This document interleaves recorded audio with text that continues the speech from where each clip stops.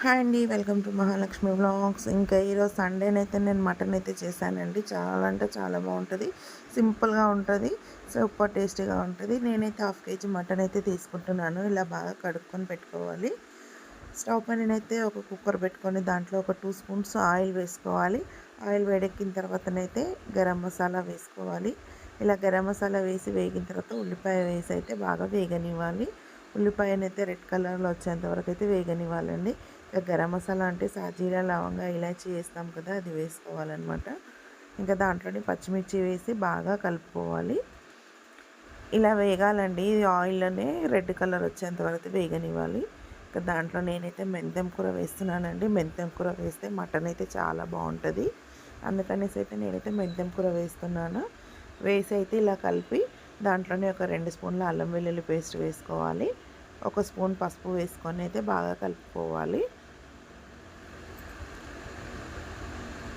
ఇలా బాగా కలిపిన తర్వాత అయితే మనం కడిగి పెట్టుకున్న మటన్ వేసుకోవాలి. ఇలా మటన్ వేసి అయితే బాగా కలుపుకోవాలండి. ఇలా బాగా కలిపి అయితే ఆయిల్లో వేగనివ్వాలి. ఆయిల్లో వేగేంత వరకు అయితే నేనైతే ఇలా 2 టమాటాలు తీసుకొని అయితే కట్ చేసుకుంటున్నాను. ఇలా బాగా వేగింది కదా, ఇప్పుడు కొంచెం కొత్తిమీర పుదీనా వేసుకోవాలి. ఇలా కొంచెం కొత్తిమీర పుదీనా వేసుకొని ఒకసారి కలుపుకోవాలి. అంతవరకు అయితే నేను టమాటా అయితే కట్ చేసుకున్నానండి. ఇంకా దీంట్లో కారం 2 స్పూన్ల కారం వేస్తున్నాను. 1.5 స్పూన్ అయితే ఉప్పు వేస్తున్నాను. మీ టేస్ట్కి తగ్గట్టు మీరు వేసుకోండి.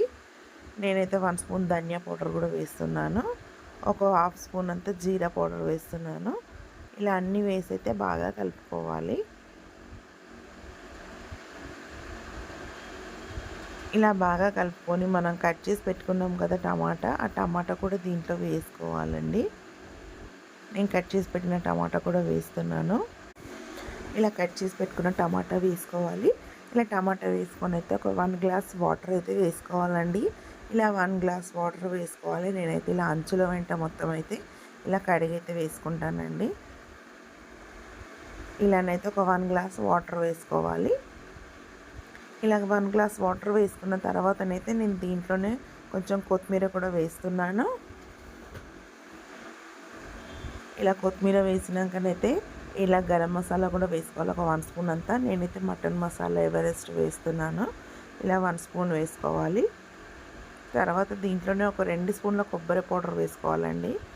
కొంచెం టేస్ట్ బాగుంటుంది. కొంచెం గ్రేవీ లాగా చిక్కగా వస్తుంది కాబట్టి ఒక 2 స్పూన్లు వేసుకొని అయితే మూత పెట్టేస్తున్నాను. మూత పెట్టేసి అయితే ఒక 5-6 విజిల్స్ అయితే రానివ్వాలండి. 5-6 విజిల్స్ వచ్చాయి.